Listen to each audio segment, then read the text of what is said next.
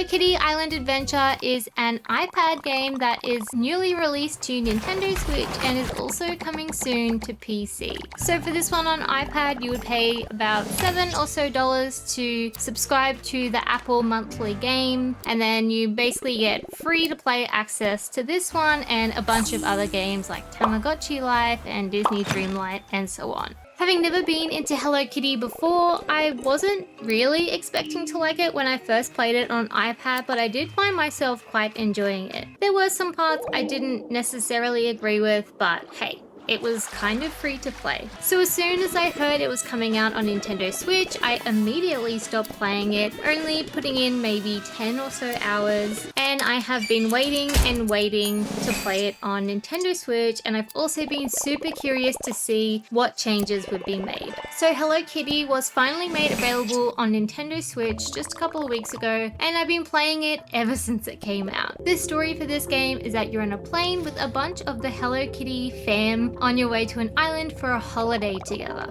A cake machine that's on the plane goes totally whack, and then naturally everybody just jumps out of the plane.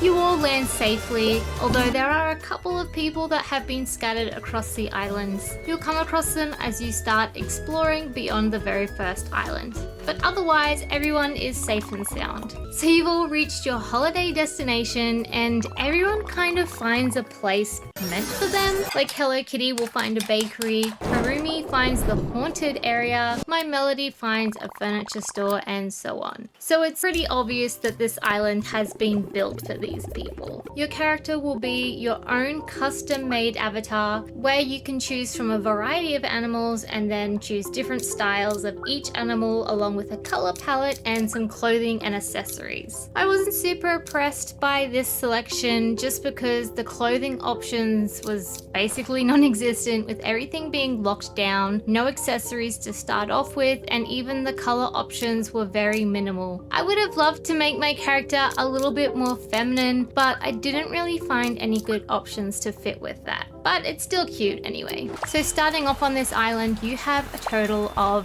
0 friends, which fits into the kind of basis of this game, as you will essentially be giving gifts to these characters, which will eventually level up your friendship, and doing so will give you some nice gifts in return, but more importantly, it unlocks your quests. A problem I had with this game, which I had on the iPad, but it did make more sense to me on that device, is the time lock. So you can only give 3 presents to each character a day. And I encountered the same problem on the Nintendo Switch version as I did on the iPad version when I played it during my first few hours, which is basically being stuck and having nothing to do because I ran out of gifts to give and I had no quests to do at the time. So early on in the game, you're pretty limited in terms of gifting things because you can only really do basic resources that you find on the ground since you don't have any kind of crafting skills at the moment. So that's what you can kind of gift them to level up, which obviously doesn't go very far. And I really wanted to get into this game and play it as much as possible when it came out because I'm gonna be honest, I'm really keen for Kingdom Come Deliverance 2 and I want to play the absolute heck out of that when that comes out as well. So I was just really keen to play as much of this game in as little as time as possible. But I found myself getting to a point almost instantly where I just couldn't progress. I couldn't give any more gifts and all the quests were locked, and that's the last thing you kind of want to get when you've gotten a brand new game. The next day I played it and I was allowed to give more gifts, but then the same thing happened.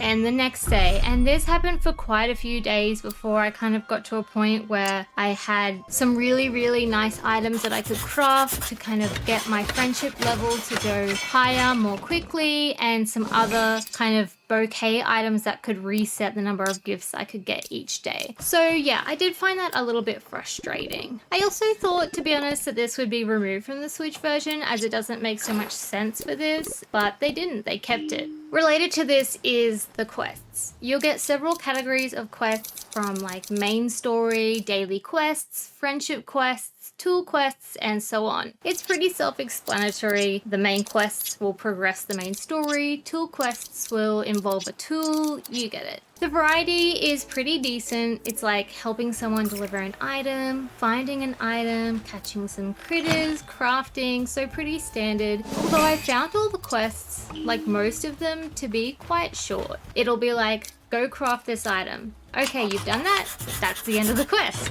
Like, they're so short that when you finally do unlock a few quests through leveling up, it's not like it gives you hours and hours and hours worth of content to then work through. It's like a couple of quests, maybe an hour, and then you're back to being stuck with nothing to do. The world itself, I loved. You start off on the main island, which is just this cute kind of sandy island with a few shops. As you get some tools and begin exploring further out, you'll find a spooky haunted island, a gemstone area, and a volcanic area. And just when you think you've found everything, you get the ability to dive and you'll find a whole nother world beneath the ocean. It's really cool. Although I noticed the characters kind of just have these spots that they'll stay in unless there's a quest that requires them to be somewhere else. So in that sense, the world feels cute but empty. There's resources everywhere along with collectibles and chests, so exploring is always fun and rewarding. Resources are similar to gift giving in that they only respawn once a day. So if you need some item for a quest and there happens to be no more left to collect, you will have to wait for the next day.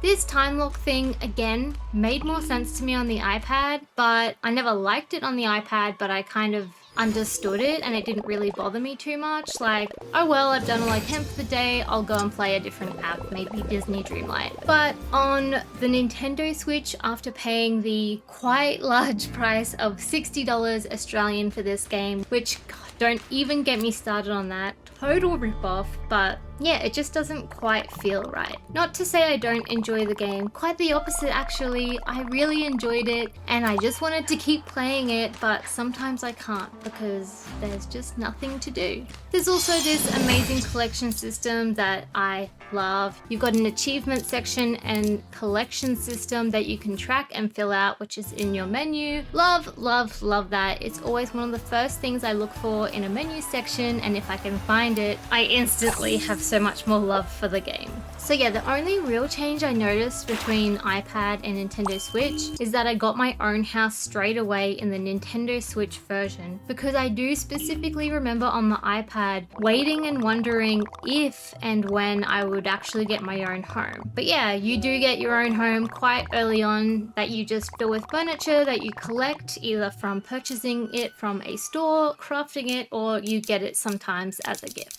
There's a bunch of other houses scattered around the islands too that you can fix up, and you can choose to make these your home location instead if you want. Otherwise, you basically just fill them with themed furniture, and there's some other characters that can like visit you if you have the right stuff in the house and that fits their criteria. And my understanding is that if you get them to visit enough times, they will actually move in, and I believe some of them have associated quests. But apart from running my own home thing, I didn't really notice any other changes. The game was exactly how I remembered it, which, yeah, I was just surprised by. I kind of don't understand how they can charge such a full game kind of price for a game that's almost meant to be a free-to-play system. Some small changes could have gone a really long way here, I think. There's also some additional content such as a city expansion that is available on the iPad and is not available on Nintendo Switch. And I have heard, although I'm not 100% sure on this, that it will be coming to Nintendo Switch as a paid DLC, but it could be free. I'm not super sure on that one. So to summarize, yeah, I love the game, even though I can't always play it for as long as I like, and I don't have any understanding of the Hello Kitty world or any of the characters. and I thought the price was a bit of a ripoff. But what can I say? I got to a point where I was so tempted to re-download this on my iPad because there's something about it. I don't know. It's just a fun, cute little game. And although it sucks that I can't always play it when I want to play it, it's kind of like a thing I have now where when I'm getting ready to go to bed, I'm like, well, now I can go do all my gift giving with Hello Kitty and, you know, do all those things that I'll be able to like do because the game has reset. So at least it's something to look forward to. But anyway, thank you so much for watching this video. Leave a like or a comment if you enjoyed it, and I will see you in the next one. Bye!